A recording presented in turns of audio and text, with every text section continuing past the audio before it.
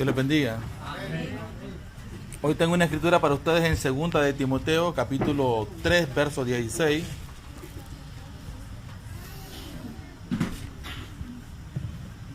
Es una escritura que todos ustedes conocen.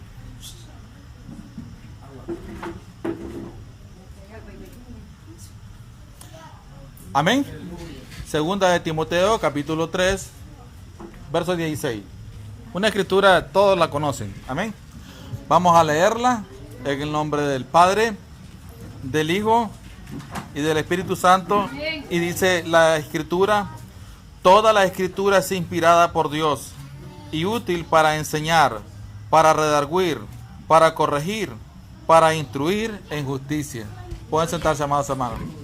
Hoy vamos a estar estudiando 5 pilares de la doctrina de Cristo. Cada padre de familia tome a su niño. Amén. De su nombre.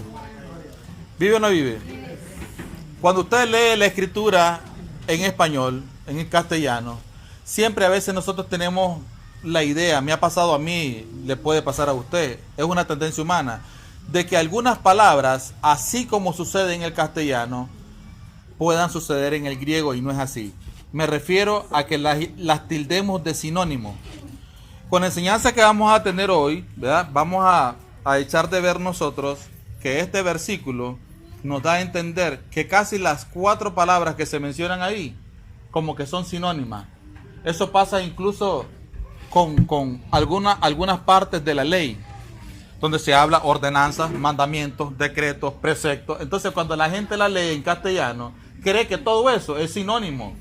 Y cada precepto, mandamiento, ley, decreto, tiene un significado diferente. Entonces, cuando el escritor lo que hace es traducir al español, pero no te da el origen etimológico de cada palabra, entonces eso es lo que crea confusión. Amén. Entonces, este versículo es el responsable de nuestra formación. Si nos rebelamos contra este versículo, amén, entonces nosotros miraremos consecuencias, porque el propósito de este versículo que leímos está en una sola palabra: formación. Amén. Y yo quiero que comencemos con la primera palabra despacio. Yo voy a subir un video, tal vez de media hora o 40 minutos, donde voy a explicar perfectamente bien ahí en YouTube sobre este asunto. Hoy lo voy a hacer corto, pues, porque quiero despertar en ustedes el interés, y ya cuando yo suba un video ahí, pues ustedes lo van a poder saborear con mayor amplitud. Entonces vamos a la primera palabra de 2 de Timoteo, capítulo 3, verso 16. Oiga lo que dice. Cuando la escritura dice que toda la escritura es inspirada por Dios, está diciendo que no hay tacha en ella. Está diciendo de que es una escritura, ¿cómo le pudiera decir yo? Donde no hay error. Amén. No se equivoca, es infalible, pues. Pero la escritura también tiene una naturaleza sobrenatural, y es que ella es infalible, no cambia. Se quedó así se va a quedar. Y a su nombre. Y cuando dice que tiene utilidad, presten atención, hermano. Si no, entonces predica usted, pues. Presten atención, porque yo estoy hablando aquí cosas, amén, que son casos de vida o muerte. Presten atención, porque no crean que la falta de reverencia que a veces nosotros vemos en iglesia pasa allá arriba. ¿Por qué crees que Dios dice que Él es celoso? Porque quiere que las cosas se hagan aquí como se hacen allá. Por favor, pongan atención. Quiero llevarlos despacio porque quiero despertar en ustedes ese interés de que no confunda estas palabras, que son 4, que dan a veces la impresión que son sinónimas y no lo son. Quiero ser de utilidad, pues, para ustedes con esta enseñanza, por el amor de Dios. Y dice la Biblia, y útil para enseñar. Aquí, cuando hablamos de enseñar, cuando usted va al griego, le habla de doctrina. Amén. ¿Y doctrina qué es? Es enseñanza de la palabra. Mire, yo le voy a decir algo. Yo se lo decía ahora a la Flor en la mañana. Yo prefiero caer mal por decir la verdad, que la gente me esté incómoda conmigo porque no dije la verdad. ¿Me explico? Entonces, cuando hablamos de enseñanza, estamos hablando de doctrina. ¿Y doctrina qué cosa es? Amén. La doctrina hace algo en nuestro intelecto y en nuestro corazón, forma el pensamiento. Es por eso que yo no estoy de acuerdo con lo que los pastores hacen en sus ciudades. Miren lo que hacen. Hacen un culto unido y que me diga ella si es verdad o es mentira.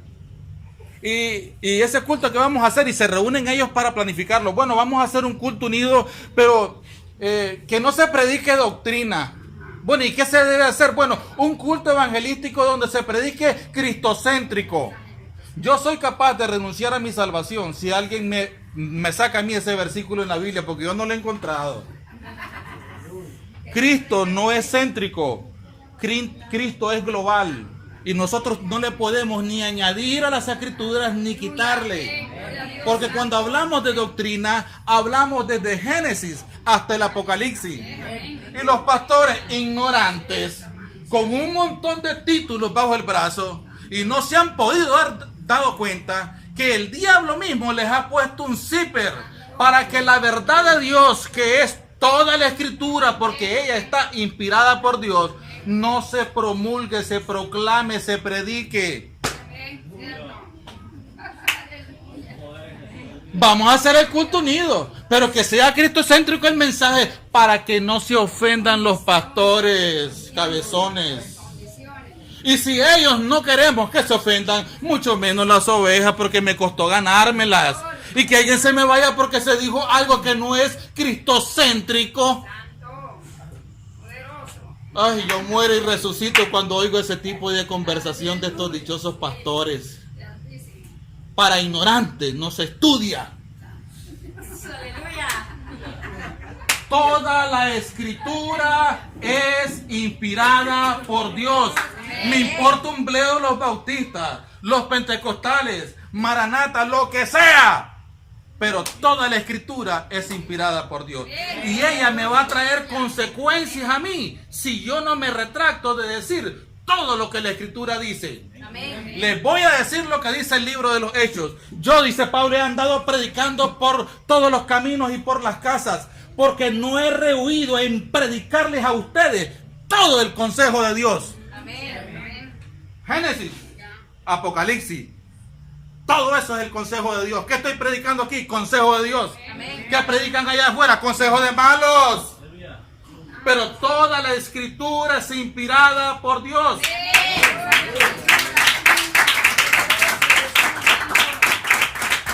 Voy con la siguiente palabra, pues. Ya tenemos lo que es enseñanza, ya quedamos claros. ¿Vive o no vive? Para redarguir, esta palabra viene de una palabra griega que significa amonestar. Hacerle un reproche a usted, un reclamo, porque yo considero que usted no está bien con Dios. Eso se hace desde el púlpito. Redarguir. Una vez dijo Jesús, cuando se paraban los super espirituales con un montón de títulos bajo el brazo como ahora: ¿quién me redarguye de pecado? Porque solo vivían encima de él. Cuando hablamos de un fariseo, hablamos de una persona malintencionada. Nunca llegaban con una pregunta sincera, sino ver en qué lo agarraban. Así es. Yo tengo mucha gente que me envidia, que desearan que yo diga una estupidez para soltar un montón de críticas en contra mía. Pero yo siempre tengo ese cuidado, que lo que yo voy a decir honre a Dios, le traiga gloria a Dios, aunque no me traiga gloria a mí, porque yo no la ando buscando. Entonces, cuando hablamos de la palabra redarguir, estamos hablando de alguien que amonesta a alguien, que le hace un reproche. Entonces, cuando los predicadores sanos se paran frente a un público a redarguir, entonces ellos comienzan a confrontar el pecado. No le dan a entender a la fulana que es por ella que lo digo, o al fulano, sino que ellos tiran la palabra a toda la congregación, aunque cada pastor conoce las chiripiorcas de las ovejas. ¿Me explico? Y hablamos, por ejemplo, de la mentira y estamos diciéndole: no, hermanos, la escritura dice que los que son mentirosos no heredarán el reino de Dios. Pero yo sé que es ella la mentirosa. Amén. Amén. Y dijo Jesús: he visto a un hombre, dice, en quien no hay engaño. Ese es Natanael, alguien que no era mentiroso. Así debemos de ser nosotros, amados hermanos. Y el predicador está inspirado, predicando y redarguyendo a la vez de pecado. Y como Jesús, dice la Biblia, fue tentado en todo, con calidad moral se para y le dice, ¿alguien me redarguye aquí de pecado? A ver, menciónenme uno. Cuando hablaron de la mujer que perseguían para apedrearla, a ver, un santurrón aquí que no haya pecado nunca como yo. La conciencia comenzó a... Entonces yo quiero que usted vea la diferencia, que redarguir no es lo mismo que enseñar. Entonces yo quiero ir despacio, aunque no tengo el tiempo para darle las palabras griegas, pero por lo menos la explicación ayuda. Voy con la siguiente palabra, pues, amados hermanos. ¿Vive o no vive? Para corregir, esta escritura viene de una palabra griega que significa enderezar de nuevo, reformar, corregir, y al final dice instruir. Pero el derrotero aquí, en esta escritura, en esta palabra, no es instruir, sino es formar. Lo que yo decía, al final las 4 palabras traen un solo propósito, la formación de la persona. Cuando nosotros decimos que un predicador no tiene carácter, él con facilidad cambia su visión, con facilidad cambia su perfil. Le ofrecemos a él ahí, qué sé yo, $3,000 para comenzar, pero que se salga de la misión donde está y que se venga para acá. Él no tiene carácter, porque no sabe lo que es lealtad y lo que es fidelidad a su ministerio, a la misión donde él está. ¿Me explico? Entonces cuando usted tiene carácter dice, no hermano, si usted me quiere bendecir con los 3,000 que no me caen mal, pues yo los agarro, ¿verdad? Pero no puedo irme de la misión así, hermano, porque el reino de Dios no es comercial. Por el amor de Dios, hay que tener carácter. ¿Me explico? Entonces esta palabra que acabamos de leer, corregir, significa enderezar de nuevo. Hay un dicho allá afuera que yo no quiero que usted lo traiga aquí, que no tiene nada que ver cuando yo digo enderezar de nuevo. Árbol retorcido no endereza las ramas. Es igual a decir al que es oveja negra, pues, de la casa. Ese tipo le hablas, le das consejo y sigue la misma. Árbol retorcido, dicen allá afuera, no endereza las ramas. Entonces aquí cuando habla de enderezar de nuevo, está hablando de que la persona que es nuevo creyente en Cristo, incluso muchos evangélicos que ya peinan canas, hay que reformarles a ellos ese cassette o ese software que traen del mundo. ¿Me explico, amados hermanos? Cuando yo estaba chaval lo decía a mi papá, vos tenés que ser como yo. Mira, hijo, te voy a dar un consejo, no andes confiando en las mujeres. No te quedes solo con una. Buscate de 4 a 5. Y yo le digo, ¿pero por qué? Y hijo, si te deja una, ¿con qué te vas a quedar? No te van a dejar las 4, sería demasiado sal para vos. Y entonces, hay que darte con las 5. Se va una, se aburrió vos, te miró ya viejo chintano, pero no te van a dejar todas. Cuando venís a Cristo, Dios te dice lo contrario. ¿Qué vamos a hacer? Enderezar de nuevo. Es decir, a cambiar los conceptos de la vida natural por la vida del espíritu. La Biblia dice que los que siembran para la carne, de la carne segarán corrupción. Pero los que siembran para el espíritu cosecharán vida eterna. ¿Me explico, amados hermanos? Así que esta palabra, eso es lo que trata de decir. Miren, cuando una persona está en la prueba, todos nos hemos quejado. Aquí, cuando esté en la prueba, ¿sabe usted cuál es el propósito de un desierto? Quitar impurezas. Y esas impurezas pueden ser bien naturales o de carácter espiritual. Escuche usted lo que dice 2 de Corintios capítulo 7 verso 1. Dice 2 de Corintios perfeccionando la santidad en el temor de Dios. Pero antes dice, limpiémonos pues de toda contaminación de carne, porque estamos hablando de lo natural, y de espíritu, perfeccionando la santidad en el temor de Dios. Entonces hay impurezas. Aquí le estoy hablando yo de impureza. Antes le llamé chiripiorcas. Ustedes ya saben, malos hábitos que traemos de nuestros hogares desde cuando nosotros éramos gente sin Cristo. Impurezas pueden ser, considere usted una impureza natural, la cuestión de los chismes, por ejemplo. Las murmuraciones y todas esas cosas. Ahí tengo en YouTube un video que se llama Los 7 pecados verbales, que eso engloba todo lo que es pecados del habla. Entonces, hay impurezas espirituales, por no decir otra cosa, demonios, y hay impurezas de carácter natural. Y todas esas cosas, el desierto las quita. ¿Ven? Entonces, muchas veces nos negamos, pero ese es el propósito. Enseñarnos a nosotros, corregirnos, redarguirnos. Ahora dice la Escritura la siguiente palabra. Instruir. Esta palabra viene de una palabra griega en inglés, el diccionario Strong.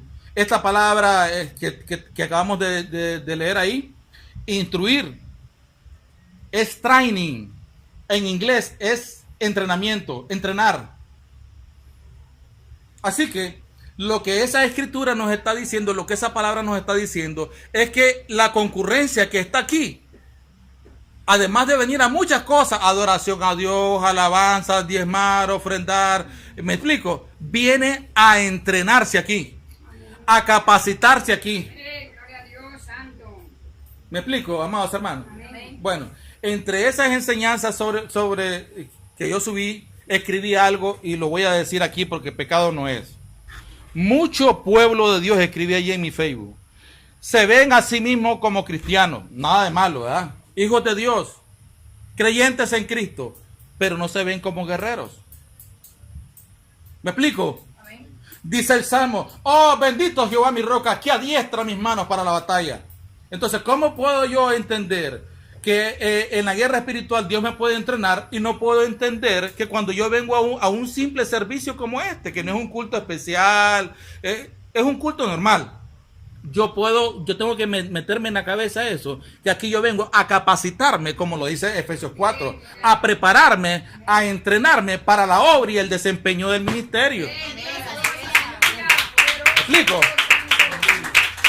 Así que la palabra instruir no es enseñar. Amén. Es entrenarse. Es training en inglés. ¿Me explico, amados hermanos? Miren lo que yo he hecho para comprender muchas veces esto.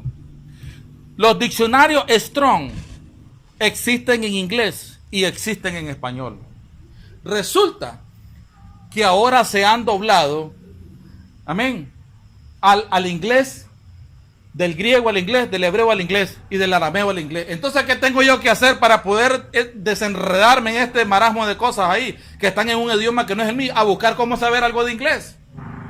Entonces comencé a descargar un montón de aplicaciones para aprender, no el inglés completo, pero las palabras que yo necesito. Entonces, cuando yo me encuentro con un problema que no entiendo, voy al inglés a ver qué significa. Lo investigo bien. Y me doy cuenta que lo que en inglés dice ahí es exactamente lo que el diccionario Strong me quiere transmitir a mí.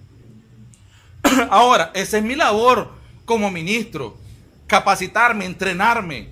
Porque yo sé que no voy a ser de mucha utilidad siendo un haragán. Entonces, ahora yo le transmito a usted lo que esa palabra instruir significa. Pero si usted la lee con cuidado, se va a fijar que al final cierra el versículo en justicia. Hoy le enseñaba yo a ella un video de un dichoso pastor de África, hijo de Satanás. Creo que es mejor el diablo que él. Y le dice a una muchacha que está sentada ahí, en inglés, en Jesus name, o sea, en el nombre de Jesús, tu hijo va a ser cristiano. Y le ponía el pie en su vientre y en su parte íntima. Y la pateaba una y otra vez. Y la flor estaba espantada. Y ninguno de los ignorantes que están ahí fue capaz de agarrarlo y de tirarlo fuera, porque eso no es predicador. Ahí se dice, aquí se dice que se debe de instruir al pueblo de Dios en justicia. Porque los dones del Espíritu Santo y mi autoridad espiritual no es para mancillarlos a ustedes, no es para avergonzarlos a ustedes, no es para humillarlos, no es para hacerlos sentir miserables pecadores que no sirven para nada, sino que se sientan como guerreros, que se sientan honrosos de pertenecer al reino de Dios. Y yo soy la persona indicada para eso. Voy con una palabra que no está ahí. pero está en el libro de Romanos. Y en el libro de Romanos se comienza a hablar de todos los portentos, maravillas, milagros y prodigios que Dios hizo en el pasado en el desierto. Las correcciones que Él aplicó al pueblo de Dios cada vez que le fallaban. Pero las bendiciones también que Él le dio al pueblo de Dios cada vez que el pueblo de Dios hacía lo correcto. Entonces dice el apóstol, ¿por qué se escribió esto? Pues para vuestra enseñanza se escribió, le dice a la iglesia de Romanos. Para que ustedes lo sepan, la iglesia o la comunidad de fe de Romanos estaba constituido por romanos estrictamente nacionales, pero estaba constituida también por judíos nacidos ahí, es decir, que estaban naturalizados también, ya tenían la nacionalidad porque habían nacido ahí. Entonces a ellos les dice en particular, miren muchachos, todas las cosas que pasaron en el Antiguo Testamento para vuestra enseñanza se escribió, para que hubiera un testimonio de las cosas buenas que le ocurrieron a Israel cuando hizo lo correcto y de las cosas malas que le ocurrieron a Israel cuando desobedeció al Señor. Entonces, usando estas 5 palabras, porque la última es ejemplo, yo quiero decirle a ustedes que ese versículo de lo que está hablando ahí es de formación. Y para eso yo quiero que usted sepa que cuando yo uso la palabra ejemplo del Antiguo Testamento, de todo lo que pasó en el Antiguo Testamento, yo quiero que sepan que cuando hablamos de ejemplo y estamos enseñando la Escritura, no todo el tiempo hablamos de cosas buenas que le pasaron a los hebreos. Hablamos también de cosas malas que le ocurrieron, porque ellos mismos se la buscaron. ¿Me explico? Así que podemos hablar de ejemplo para el pueblo de Israel y para la iglesia, tomando la enseñanza antigua testamentaria para bien o para mal. ¿Amén? ¿Me captan? Bien, he terminado pues. Denle un aplauso al Señor. Vive una vida más, hermano.